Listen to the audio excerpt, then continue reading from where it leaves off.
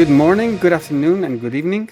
Welcome to another episode of Rethinking Culture, the podcast that shines the spotlight on leaders of businesses that people love to work for.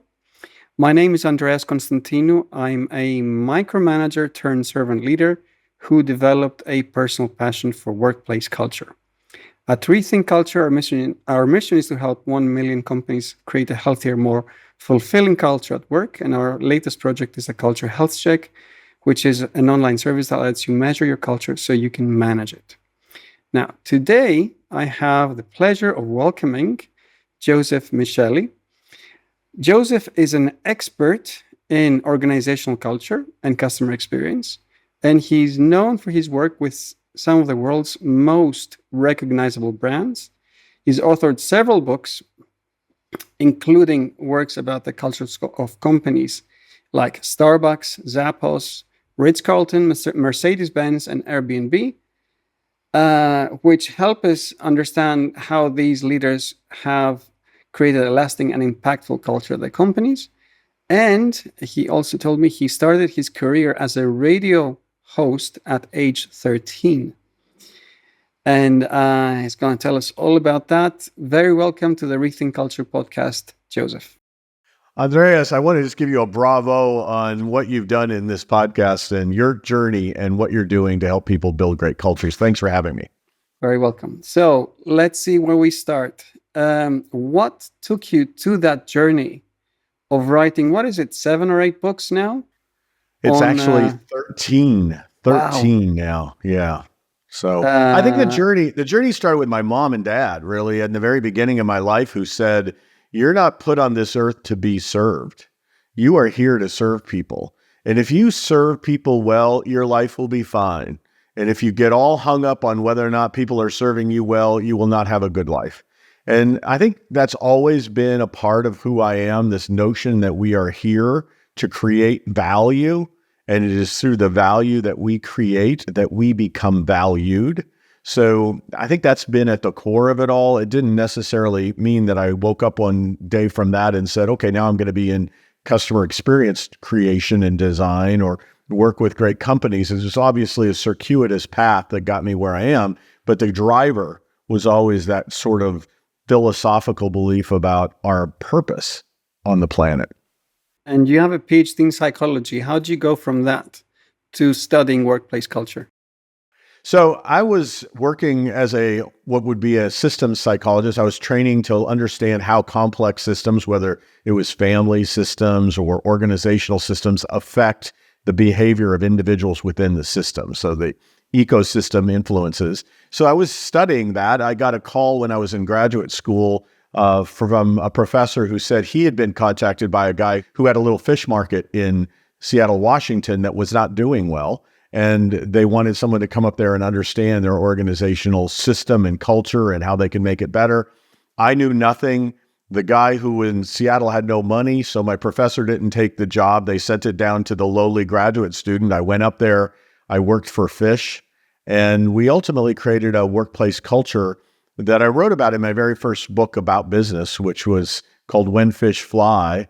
And it was cultural lessons on how to engage your team so they could create an engaging experience. The Pike Place Fish Market is the name of the tiny little fish market. It's 1,400 square feet of retail space. If you were to go online and search for them, you'd see that they throw fish there. There are a lot of antics that they do that really engages the customer, but that's the throughput of it all. The DNA of it is creating a culture where people are empowered to own their space in a relationship with the customer, where they take care of one another and treat each other with a great respect that then exudes out into the experience of the customer. What's a story you remember from Pike Place? So imagine me coming up as a consultant in a group of very burly fishmongers, people who, typically work on fishing boats, but in the off season, they're on land and they're there selling fish because they have some knowledge of fish. So these burly guys and waiters, and we are standing around saying, look, guys, we are near bankruptcy. Your owner, Johnny Yokoyama, just recently bought a wholesale business so he could get fish direct from the boats into his store and cut out the middleman. He was taking a very supply chain oriented strategy.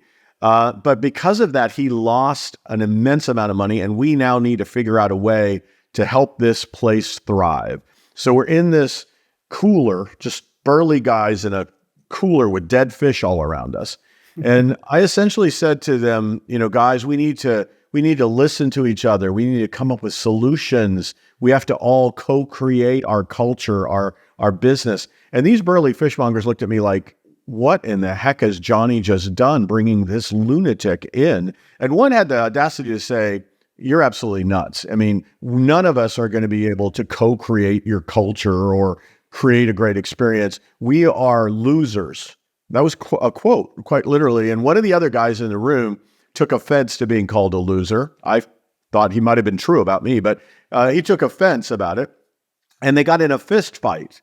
So we've got a culture where they've never had a business meeting, where the first articulation of strategy and thinking through brainstorming ends up in us having to pull people apart. We had to set rules like you can't use physical violence during a meeting, right? I mean, it was that level of primacy of things. But over time, because we ascribe to the importance of listening to the people who get the job done, which I think is a critically important part of leadership, and building a great culture is getting the people who do the job to give you input on how the job can be done better. Because we did it, following a philosophy of the great philosopher Paul Tillich, that the first act of love is to listen. And Johnny's willingness to listen more and more and more, even when people were coming up with particularly crazy ideas, that's what got us out of it. So I think for me, the memory is our first effort to listen was a disaster. But by the end of it all, that brand turned around from being 4th out of 4 in fish sales in that geographic area to being number 1 out of 4 and having a greater cumulative sales than the other 4 put together. So my message here is that we started at the bottom in almost every way you can. And because we engaged a process of building a culture that was participative, but ultimately still relied on Johnny to make the final decision. This was not that they decided what to do. They were the ideation engine, and Johnny was ultimately the final decision maker in an entrepreneurial business because he's the one who had to make payroll. We ultimately transformed that business, and we created a very engaging customer experience in the process, and that led to the world famous Pike Place Fish becoming world famous despite being a small little retail space. Right. It's a very beautiful one as well. And everyone's very tidy about, where they put their fish and how it's all organized and laid out and so on. It's very nice to see and watch. You've also written a book on parenting, Joseph. And do you draw parallels between parenting and organizational culture? Yeah, I think, none of these things come with handbooks, right? Like, Dummy's Guide to Parenting. Maybe there's one out there, but for most part, we learn on the fly. And entrepreneurs in particular, I think, are notorious for doing as much as they possibly can on their own until they hit a wall, and then they have to seek out some kind of information specific to that wall, and so they can blow through it. For me, the same is true with parenting. We think we know it. We had parents. We all had parents, right? So we got some template. Sometimes our thinking is, well, I'm not going to do what my parents did. And other times, well, I'm going to do it just like my parents did. And in either case, it's not necessarily evidence-based on what's going to result in the greatest outcome.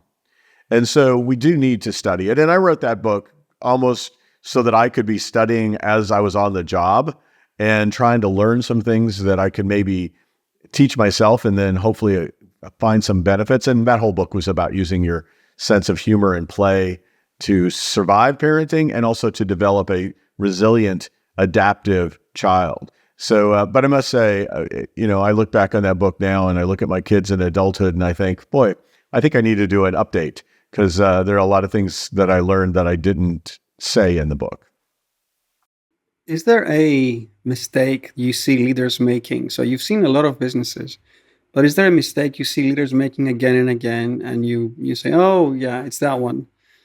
And one that's kind of straightforward and easy to fix, but people still keep making the same mistake. As it relates to culture, I think they conflate amenities with culture. So you see companies, I'm gonna put a a ping pong table in the break room, and I'm gonna get this, and I'm gonna have a massage therapist come in and do chair massages. Yeah, I think those are all nice amenities, but they aren't culture. You can have a terrible, terrible place to work and have all kinds of wonderful bells and whistles and perks for people. And so I try to get people to think about, why would I care to work for you and give my maximum effort on your behalf? And it's probably not going to be because you have a better espresso machine in your break room. It's going to be the way you encourage me to have mastery. It's going to be the way you encourage me to be autonomous in the way I do things. It's the way you set a purpose that I can believe in, and that you care about what I want for my life and make sure that my own personal purpose aligns with what you're trying to achieve in your business. To me, it's much more about understanding who you are and who you have attracted to your business and helping them see a path to greatness for themselves. Well, you have the privilege of having them in your building. And is that straightforward to explain, or you need the research to back it up? I Is think it intuitively intuitive? we get it. I think most people get it. I think that you need to show data to show that it pays off financially. It's the same about customer experience. I tell you, you really want to treat your customers well. People go, yeah, of course. And oh, by the way, I do. I mean, I'm just great. My company's amazing, right? And then if you dig in a little bit deeper, you say, well, look, when push comes to shove and you have incentives here to sell things, you're willing to treat customers badly in order to sell things, right? Like, that's the reality. If we get right in the data, we look at your customer engagement levels and we look at the percentage of new customers coming through referrals. We're just not seeing it. When I measure your employee net promoter score, I look at how likely is your employee to recommend your business to their family and friends. If they were qualified, would they consider your business? When I see low employee net promoter scores, I need to bring that data to them to say, as much as you think you have a great culture because of your espresso machines, your employees, only 1 in 10 are willing to tell their friends and family that they should consider a job with you. That's your employees. So yeah, I think you always have to start with the intuitive goal of making the world a better place, which most of us carry with us. But then you have to backfill with data, particularly when people make decisions that aren't necessarily congruent with that belief. From all the big brands you've worked with, which is the one you've learned the most from, would you say? Oh my gosh. If you have more than one child, it's like asking which child you love the most. They're very different things that I learned from people, right? Like, I don't know that I can quantify one over another, but I'll tell you things like Howard Schultz taught me that we're all in the people business. When I first asked him, what business are you in? I expected him to say coffee. He said, no, I'm in the people business serving coffee, not in the coffee business serving people. When I work with Tony Hsieh, I think I probably learned more about the fact that you can be an introvert and create an amazingly engaging, playful culture. Like, that to me was surprising, because I almost always thought that great leaders were charismatic and extroverts and highly verbal, and not Tony. Tony was shy, but he was also the guy there at the front when you came into any event, shaking everyone's hands, just quietly and gently, right? It wasn't that loud, take the hill with me, people sort of voice that you often think about with leaders. So I think that's a huge lesson. The Ritz-Carlton taught me that there's a fine line between cult and culture. Like, you need to reinforce cultural tenets all the time, to the point where it's almost like people are drinking the Kool-Aid. Every morning we get up and we do daily lineup, right? And we all stand around in the Ritz-Carltons. We read off the same playbook or prayer book or whatever you want to call it. And we reinforce that we are Ritz-Carlton. I am a lady or gentleman of the Ritz-Carlton. I exist based on these service values of uncompromising cleanliness, all the way up to creating a mystique that drives loyal customers. The point is, the ritualization of culture is critical. And so Ritz-Carlton would teach me that. Airbnb taught me that you have to have a culture, a core culture, that you can influence people who you don't control. So if you think about the Airbnb world, most of everything's just an exchange on an interactive digital experience. And so I don't control whether or not you as the host deliver hospitality the way I want. And as a guest, I can be very rude to the host. So how do I influence a culture that tries to have concentric influence out to people who are just part of your ecosystem, but really not under your control?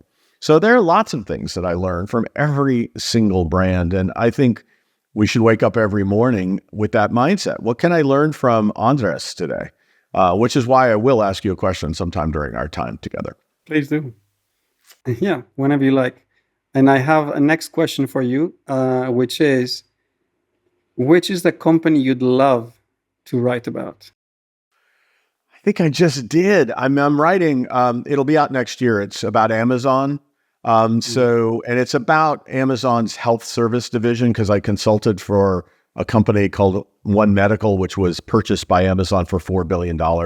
I also wrote about Amazon because Amazon acquired Zappos, but never really formally about Amazon, more about Zappos and a little bit about the transition under Amazon's influence. But I think I really have always wanted to write about Amazon. People probably want to write about Tesla. Anybody who's kind of on that cutting edge, you're trying to figure out how do they do it. I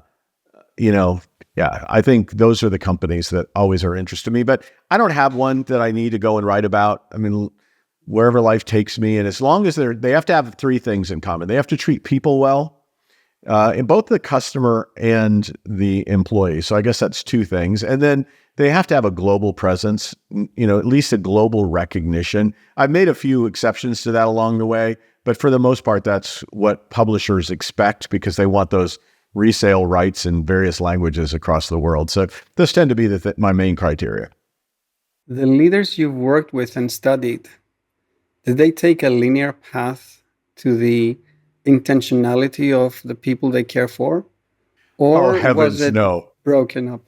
Heavens no. I mean, there are people who are born to care about the people that they do, but I think most of the intentionality around culture becomes the realization that it is the force that keeps everything together. Some people have that maybe more intuitively, but I think the intentionality of it all is a function of the necessity of it. And some people never get that. Like they never understand this is necessary. So they create transactional businesses, and then hopefully they can jump to another transactional business and ride that for a while and jump to the next one. But if they're going to sustain and they want to stick around for a while themselves, they need to create a workplace that people want to come back to every single day. And so there are maybe a few that had that, but most of them are just like, I'll give you the classic example. Tony Hsieh had a terrible culture in a company called Link Exchange. And he sold it to Microsoft for a really pricey amount of money. And then they wanted him to stick around and they gave him a golden, package. And he got out of there in a year because he didn't like the culture of the company he created, even though he would have made an intense amount of money sticking around through the contractual transition period. So he made a commitment at that point. The next time I ever start a business, I'm going to create the culture right in the first place. And that's what Zappos was. It was a fundamentally different approach to creating a culture that he failed on earlier on, and fortunately was able to sell it before he had to live in it. It's kind of like building a house, using all the cheapest material and then realizing, oh my gosh, I have to live here. And I think many leaders come to that point that, oh my gosh, those shortcuts on culture are costing me big time in terms of discretionary effort of employees, for example. Have you experienced a case where culture helped a company through a high pressure situation? Oh my gosh. I wrote a book called Stronger Through Adversity. All right. This book it was written in the middle of COVID. It has 140 leaders. Now, these are really impressive global leaders. It's a CEO of Verizon, for example. Hans was there. So Vesper. It had the CEO of Target, which is a major retail store in the United States, Brian Cornell. It had just massive leaders and global brands, Starbucks included, Godiva, you name it. And without a doubt, every single person in that I interviewed, of the 140, were saying right now is where our culture pays off. If we didn't build it before the crisis, we are in no way able to do it now. It's like creating a parachute after you jump off a bridge, right? If you don't have it with you when that crisis comes, you just don't sustain. You can't pivot quickly. It's a chaos. So I saw it then, and most of the leaders I talked to just went back to the basics. Who are we? What do we value? What's our mission? Let's make our decisions based on our mission. Let's not panic. And I think that's when you really saw it. Which gives me a moment for you too, but this is my question for you. So I know that you had the kind of the accidental path toward culture, right? You did that. But why do a podcast about it? I mean, to me, it's one thing to have that epiphany, build it into your own culture, be happy with the fact that you came to that wisdom, leverage it to your advantage. See, that's the other cool thing. Let's keep it to ourselves because we figured it out in our own business. We don't want our competitors to do it. Why give it away? And I have an answer for that myself, but I really am curious because, just run your great companies, right? So I initially was very unintentional about culture, as I mentioned to you in our pre-show and before we started recording. But as I became more intentional, I was reading the headlines. I was heavily influenced by Western media headlines of, successful entrepreneurs, and there was not a single headline about a successful entrepreneur who was on the pedestal, who was in the spotlight because they've built something people love to work for. They built a business people love to work for. It was all because they raised X amounts of money, because they hang out with Steve Jobs, because they built cool technology, because they exited, because they're now a, billionaire or whatever. But it was never because you build something that people love to work for. And why is that important? Because we spend all of this time talking about why customers are important, but we don't spend the time talking about why employees are important. And it's not just that happy employees will result in happy customers, which is the Zappos premise, among others. But it's the fact that you're responsible for the lives of so many people that work for you, that work in the business you own. And how can you make them more fulfilled? There's the humanity side, and before we even get to the performance side, which you said before, you cannot build a culture to help you deal with adversity. You have to have a great culture in order to survive adversity. So I started the podcast, to make a long story short, because I wanted to, in my own small way, help shine the spotlight on leaders who are creating intentional cultures that people have to work for and who really care about their people. I had Bob Chapman just last week on a podcast, and he really is an amazing individual, the CEO of Barry Waymiller, and he's like an apostle or a prophet for how business can be a major force for good, touching the people that work for the business because they work for the business 40 hours a week. And if you could help them lead happier, more fulfilled lives, they would pass on those ripple effects to their families, their communities, their spouses. And that would have a massive positive effect for society.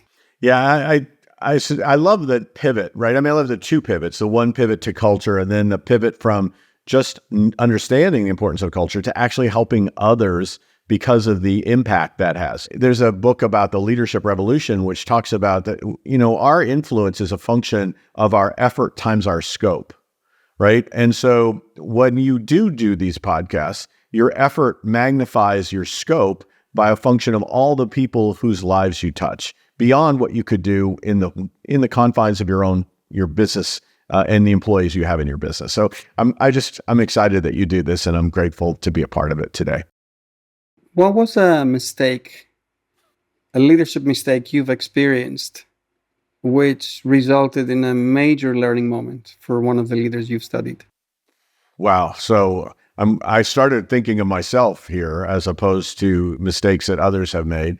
But I think, when I was working at the Ritz-Carlton Hotel Company and consulting for them, we were so hung up on what our legacy was and what the brand was permitted to do that often we just weren't in touch with what people needed and wanted in the now. So we were so concerned about the legacy of a Ritz-Carlton. I'm going to do this example specific to customer experience, but you can use it in any others that you think about. We are the Ritz-Carlton, right? So that's how, and that boxed us in. So for example, it was about the same year that Airbnb came into play. I think it was about 2008. And I was in the CEO suite. We were in Chevy Chase, Maryland. We were talking about, could we serve beer in a bottle at a Ritz-Carlton? That's the conversation we were having, right? We must present it in a chalice in an elevated service moment, right? That's who we are. So here we're having this conversation about something. Customers were coming in wanting to have the beer served in a bottle. They just wanted their bottle of beer. Mm-hmm. And we were fighting it because we thought our brand was bigger than the wishes and needs of the people that we served. And, to a long story short, at the same year, Airbnb is, two guys in in San Francisco are renting out an extra room in their apartment and putting 2 air mattresses down and serving people Pop-Tarts. And so now we have air, bed, and breakfast started, or Airbnb. And the air mattresses were a key variable in the air part of the definition. They were willing to do whatever it took at whatever basic level of customer need, removing pain points to execute. And I think just in general, what is that thinking in our heads that says we've always done it this way? Who cares what the person needs in front of us? We've always done it this way. And that's true in the employee space as well as the customer space. It's why people fight hybrid work, for example. We've always done it this way. We've always sat next to our employee, even though we had bad supervisors who weren't necessarily supervising the work product. Just sitting next to them somehow gave us great comfort that we weren't supervising their work product. And I'm not saying everybody thinks like that about hybrid work, but I think we have all kinds of pockets of that. We've always done it this way. And the question is why? And then when you have that answer, the question is why? And when you have that answer, the question is why? And if it really stands up through those 3 levels of why introspection, then fine. But if it doesn't, you got to really challenge. Why do we always serve beer in a chalice? Why is that the right thing to do? Why are customers wanting something different and why are we not? I mean, the more you do it, to realize this is not a big deal. Do you have a position on hybrid work that you just mentioned? Because the opinions are divided on this one. I think we need to be around people. I think complete remote work is very, very hard. And it's very convenient. It's very, very hard. So I do think hybrid work is something I'm still a fan of. It depends obviously, some jobs you don't have the choice. You have to be with people. It's a necessary function. Some jobs have far less need for that. And so it is always based on the need of your people, the need of the work, and the ability to make sure that you have a cohesive team. I think the biggest challenge for hybrid work is culture. It really is hard to onboard people who you've never sat next to.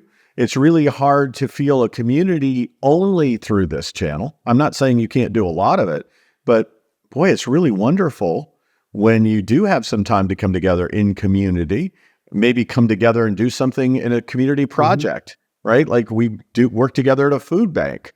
My goodness, that's great. So if you're going to do hybrid work, you better find some ways to supplement. If you're going to do remote, you've got to find some ways to supplement it with some hybridization so people have interactivity in the face-to-face as well. That's my belief. But I think the data is there too, really. Old school managers who think everybody has to be together all the time, the data is not supporting you. So if we're remote, it's harder for the culture to persist. Is that your thesis? I think it is my thesis. How about you? I have a different view, which is that culture is the set of attitudes and specifically behaviors that we see at work. And a lot of the behaviors in a physical workspace are, in person.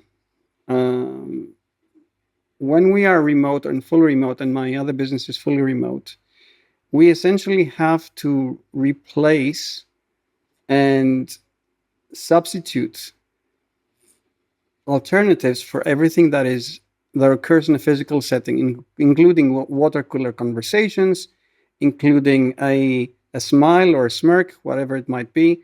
Other modes of communication, of celebrations. So what we do in my other businesses, we simply have the rituals that allow people to connect and bond and celebrate and coordinate.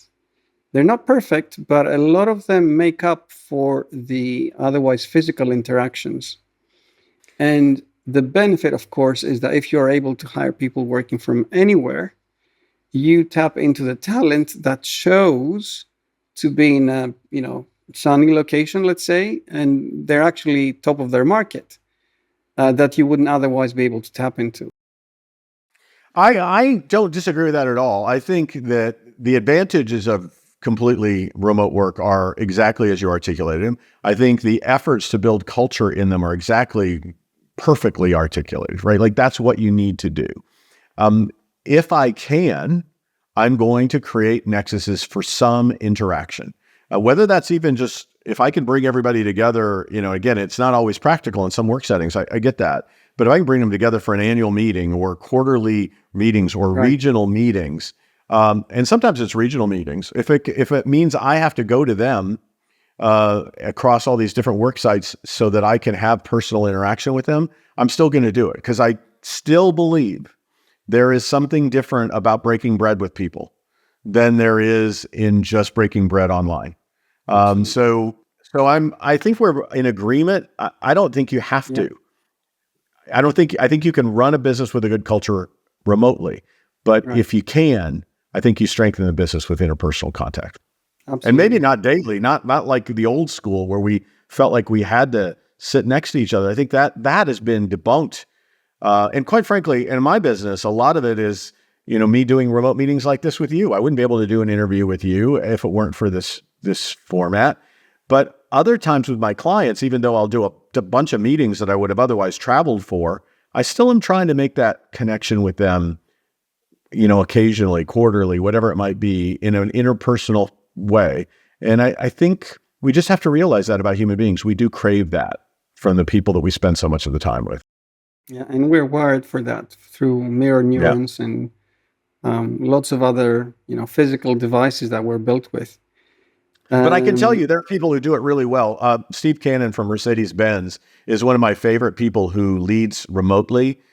He has people bring in an item to their meeting, that has specific sentimental value to them. They bring in something like this.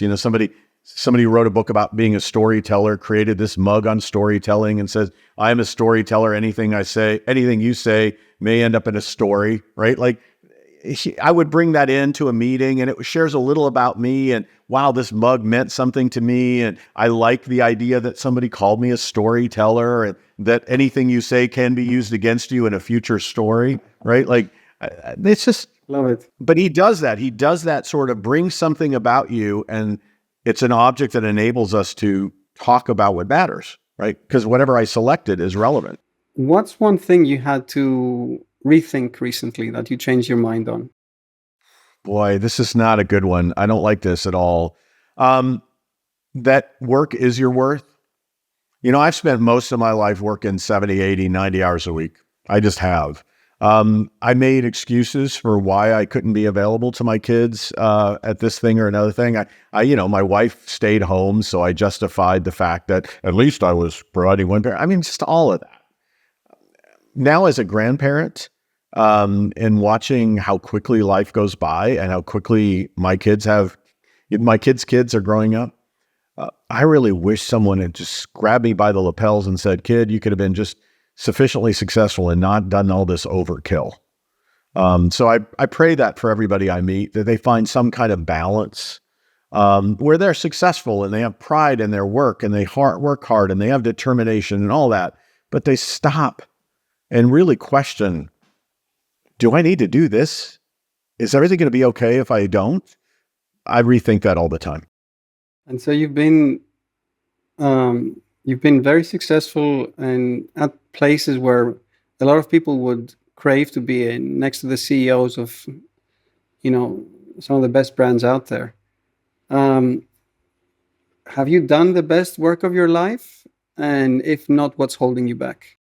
Well, I hope I haven't done the best work of my life because I got life ahead, right? So, if you look at some of the masters, some of the greatest artists of all time, they did it in their final years. They benefited from all of that wisdom that had come along the way. What holds me back is the belief that I am old and that I am somehow or another. I need to wait. I need to contract and make room for another generation. So some of my best work is coming. I've just helped a university here in the United States develop a master's in customer experience program. It's the first of its kind to my knowledge. And so the shift is stopping thinking about what am I doing, but how can I help the next generation do it better? That shift is where I hope my greatest work will be. Because all of the work I've done now can be given to another generation to build on and do even better things with. That's the hope for my future. I don't have to keep doing it myself now. I've got the t-shirt, I know I don't have to prove anything else now in terms of, can I help another company be successful? I've done my thing, but I can help other people help companies be successful. And it kind of gets back to that scope impact sort of conversation I mentioned earlier. And as we come near to the closing of the podcast, what is something you would whisper to the ear of a leader who's not intentional about their culture, who's what we could call culture by default? Yeah, you're going to be alone. You're going to be alone unless you understand that the only way you create anything is through people. You create profits through people. And if you don't understand how to help people work with you, you're going to be alone. You're going to be working against them. You're going to have a third of them working with you, maybe just because they are incredibly professional. And even though you treat them badly, they're just going to rise above it. You're going to have a third who are going to smile at you and act like they're engaged, but they're going to be disengaged. And then you're going to have a third who's working against you. They're going to be actively trying to turn everybody else away from you. So the bottom line is, do you want to do this alone? Because if so, you shouldn't even hire people.